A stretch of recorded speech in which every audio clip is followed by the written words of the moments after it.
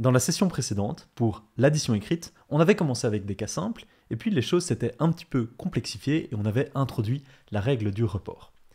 Ici, on va faire l'équivalent pour la soustraction écrite et on va introduire une nouvelle notion qui est la règle de l'emprunt. Petite pause pour vous informer que cette vidéo, ce n'est qu'une petite partie d'un cours sur le calcul écrit bien plus complet. On y parle d'addition écrite, de soustraction écrite, de multiplication écrite, avec un bonus sur la méthode japonaise, et bien sûr, on y parle de division euclidienne. Si vous voulez accéder au cours complet, qui a un prix vraiment abordable, le lien est dans la description. Merci, on peut reprendre la vidéo. Alors ici, on va effectuer la soustraction suivante.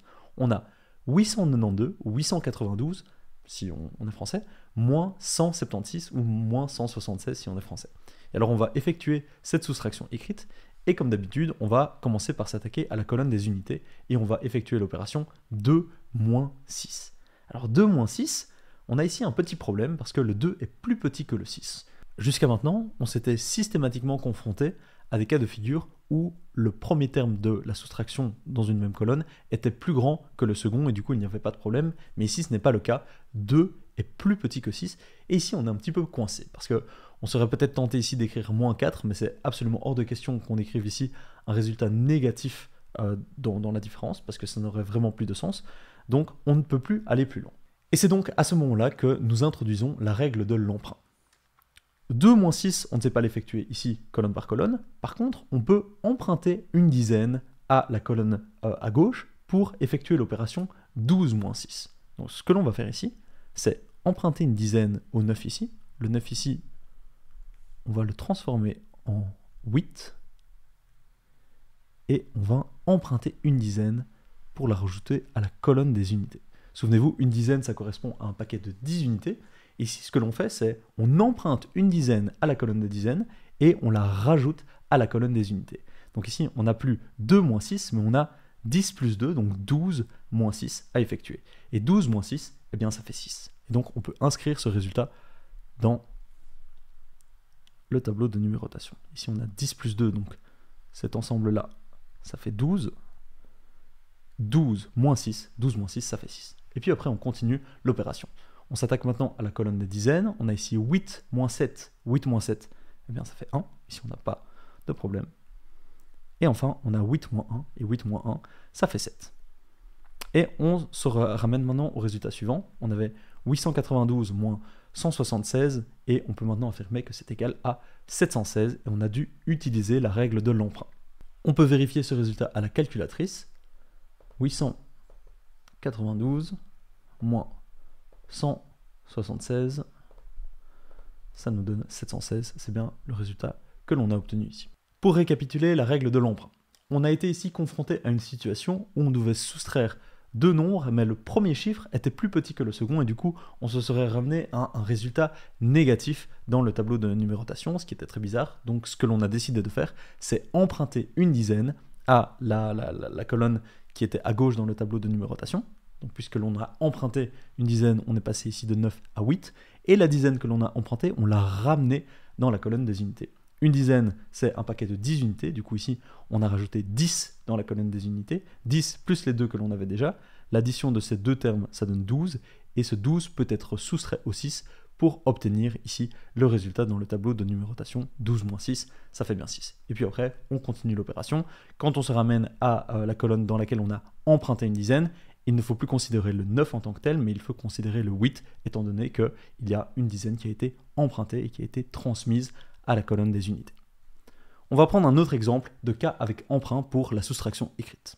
Cette fois-ci, on va travailler avec des nombres décimaux, mais ça ne change absolument rien, et on va effectuer la soustraction suivante. On a 4403,734, auquel on soustrait 314,005.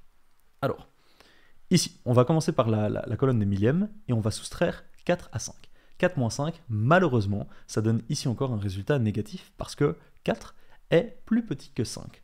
Dans ce cas de figure, on doit avoir recours à la règle de l'emprunt et on va emprunter ici un paquet de 10 à la colonne de gauche. Donc ici, on travaille dans la colonne des millièmes, on va voir la colonne des centièmes et on va leur emprunter un paquet de 10. Donc ici, le 3 ici, centième, il se transforme en 2.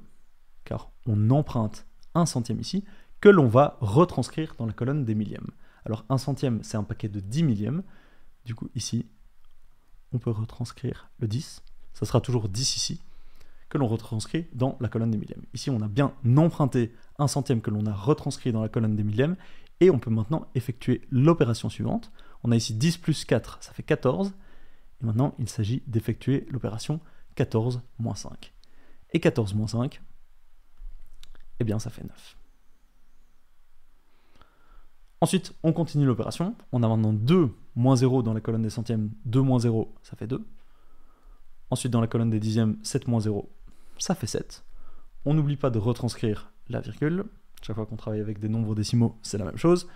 Et on se retrouve maintenant dans la colonne des unités.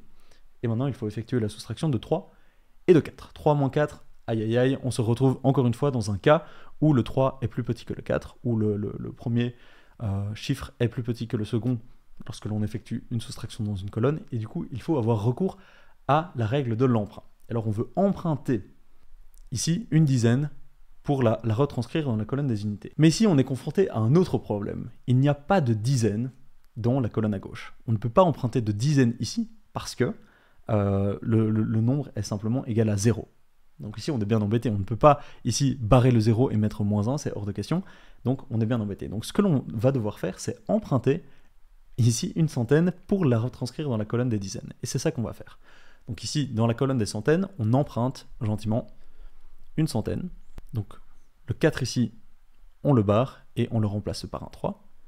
Et cette centaine que l'on a empruntée, on va la retranscrire dans la colonne des dizaines. Donc ici, une centaine, c'est un paquet de 10 dizaines, donc on peut retranscrire ici le 10 dans la colonne des dizaines. Seulement, ce qu'on voulait initialement faire, c'était emprunter une dizaine ici pour la retranscrire dans la colonne des unités pour pouvoir effectuer l'opération ici 3 moins 4 que l'on ne pouvait pas effectuer parce que 3 était plus petit que 4. Donc maintenant que l'on a des dizaines à notre disposition, on peut en emprunter une. Donc ici, on va barrer le 10. On va retranscrire un 9. Et on a ici emprunté une dizaine dans la colonne des dizaines, et une dizaine, c'est un paquet de 10 unités que l'on peut retranscrire dans la colonne des unités. Et on se retrouve maintenant dans une situation où on doit soustraire 10 plus 3, 10 plus 3, ça fait 13, à 4. 10 plus 3, donc 13, moins 4, ça fait 9. Et on peut donc écrire le 9 ici dans cette colonne. Voilà, donc c'était un petit peu fastidieux. Pour résumer, ce que l'on a dû faire, on devait effectuer l'opération 3 moins 4, que l'on ne pouvait pas effectuer parce que ça donnait un résultat négatif. On voulait emprunter une dizaine ici dans la colonne des dizaines, mais on ne pouvait pas le faire parce que la colonne des dizaines était nulle. Donc ce que l'on a décidé de faire, c'est d'emprunter une centaine pour retranscrire 10 dizaines dans la colonne des dizaines. Et puis après, une fois qu'on avait des dizaines à notre disposition, on en a encore emprunté une pour la retranscrire dans la colonne des unités et poursuivre l'opération, donc la soustraction écrite. Voilà, c'est un petit peu fastidieux, on va faire d'autres exemples, mais c'est un cas d'emprunt un petit peu particulier. On continue l'opération, maintenant on s'attaque à la colonne des dizaines et on doit effectuer l'opération 9 ici, moins 1. Donc c'est toujours très important ici de bien considérer les emprunts que l'on a systématiquement fait. Donc ici, le 0 ici, il doit être additionné au 9, 9 plus 0 ça fait 9, auquel on doit soustraire 1, 9 moins 1 ça fait 8. Et on continue, 3 moins 3 ça fait 0. Et 4 moins rien, donc 4 moins 0, ça fait 4. Et on a ici notre résultat. 4403,734 moins 314,005, ça nous donne 4089,729. Et on va vérifier ce résultat à la calculatrice. Alors, 4403,734 moins 314,005, ça nous donne 4089,729, c'est exactement le résultat que l'on a obtenu. Vous savez maintenant comment fonctionne la règle de l'emprunt pour la soustraction écrite. On a commencé par un cas simple ici, et ensuite on a vu un cas beaucoup plus compliqué où il fallait faire plusieurs emprunts successivement. On se retrouve dans la prochaine vidéo, à très vite.